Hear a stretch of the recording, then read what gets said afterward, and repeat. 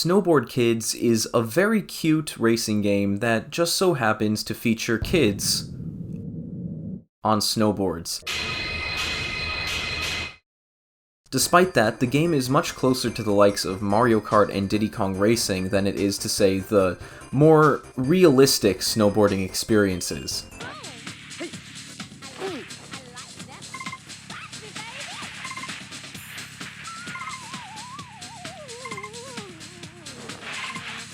And that's what made this game much more appealing to me as a small, unathletic boy who wanted nothing more than to get as far away from anything sports-related as possible. No, Snowboard Kids is much different than that. It has a cartoony art style, items, and a variety of fun, unique levels. I love the overall presentation both in and out of gameplay. The menus are full of cute little illustrations of the game's levels and characters, and the levels themselves are all beautiful, chunky N64 aesthetic at its peak.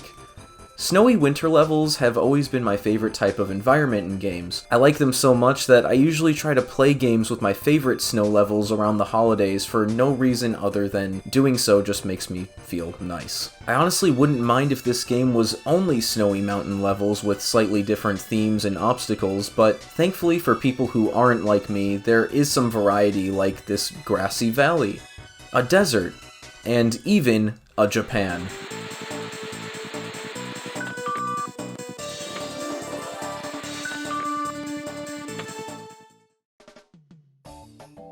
The visuals here are obviously a bit more crisp than what you'd see on an original N64 because I am playing this game on an emulator. A lot of people prefer this upscaled look, but I've always enjoyed that extra crispy layer of crust that playing games on original hardware provides. However, for the purpose of this video, I had to go with emulation for two reasons. One, I currently don't have my capture card on me, and two, well, this is one of those N64 games that uses the controller pack to save, and unfortunately, I don't have a working one of those. Both of the packs I've had since I was a kid need battery replacements, so saving my game with them wouldn't be possible. One thing that I think is cool about Snowboard Kids is that races are always very close. You'll almost never find yourself creating much of a gap between you and the other racers, which makes each race that much more tense. Each time you finish a lap, you have to head for the ski lift, which often leads to a scramble to see who can make it on first,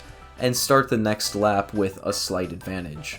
Just like in Mario Kart, you'll be bombarded with items quite frequently, which can get annoying, but much like the wacky courses, it's just another part of what makes cartoony racing games like this stand out from the more simulation-y racing games. All projectile items will lock on to whoever is in front of you as long as you aim in their general direction, be that a blessing or a curse, but it's never guaranteed to hit. I've noticed that items usually miss when your target is off the ground, so I avoid using items when I know there's a ramp coming up.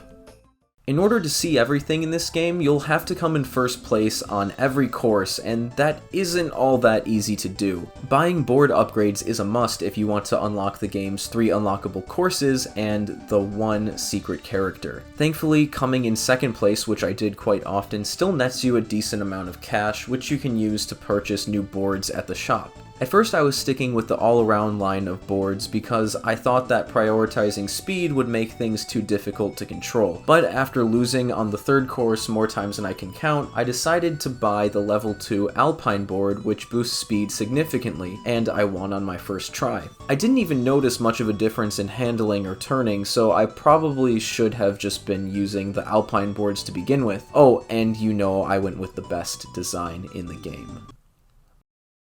I thought the controls in this game were kind of weird when I first played it back in the day, but I got used to them pretty quickly. Pressing left or right only slightly steers you in either direction. In order to make sharper turns, you have to press down left and down right, which I assume is to simulate how you kind of have to lean back to turn on a real snowboard? I've actually never been snowboarding, so I could be completely wrong, but that's just what I'm gonna go with. I'm gonna pretend like that's the reason. Another thing that took some getting used to is that items cost 100 money or 1 coin. So that means if you hit an item box without any money, you'll crash like you just hit a brick wall. This doesn't happen super often, but it did catch me off guard a few times at the start of a race when I went to grab an item without realizing I hadn't collected any coins yet. I went about attempting to complete this game by focusing on 1 level at a time. This helped me really master each course and usually earn a gold trophy after a few solid tries.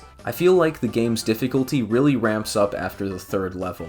Night Highway, the 4th level, really forced me to perfect my movements and memorize when sharp turns were coming up so that I could avoid hitting walls and losing momentum. Even once I felt more comfortable with the courses themselves, there was still the issue of the CPU's increasingly aggressive use of items. The only reason why I came in first place on this attempt was because I somehow managed to get 3 invincibility items in a row, which is insanely lucky. And even with that, the other racers were still right behind me when I finished. I got pretty annoyed with Dizzyland, the game's 6th level, specifically this part where I just could not make these turns no matter what board I used. And even when I was close to winning, I would just end up getting absolutely destroyed by items. After several attempts, I decided to just use cheats to unlock the last 3 levels in the game because I was getting so annoyed and I just wanted to be able to play on the other courses. Honestly, I recommend you do the same if you simply just want to play this game and actually be able to have access to all 9 levels.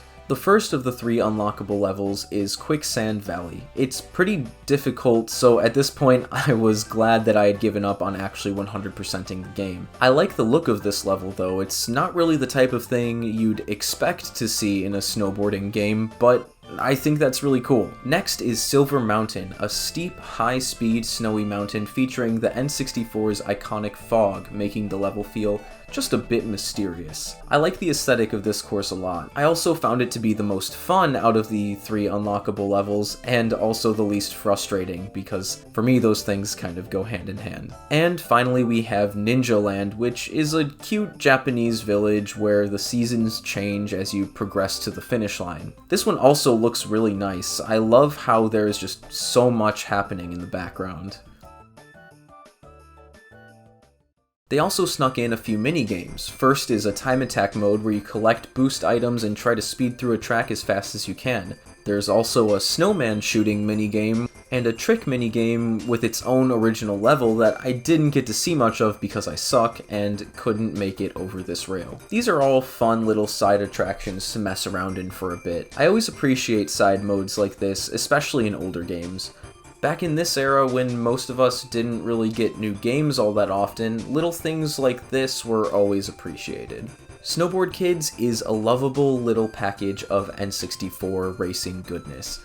It isn't perfect, but it's definitely a fun and unique experience. It's a great game to pick up or download and play for a weekend. If you're looking for something cozy, nostalgic, and of course snowy to accompany you on a cold winter day, and you appreciate games from this era like I do, then I'm sure you will understand the appeal of Snowboard Kids. And its incredible sequel that improves upon this game in pretty much every aspect, and I'd also like to make a video about that in the future, so maybe next year, because I don't feel like playing more Snowboard Kids right now. Okay, bye.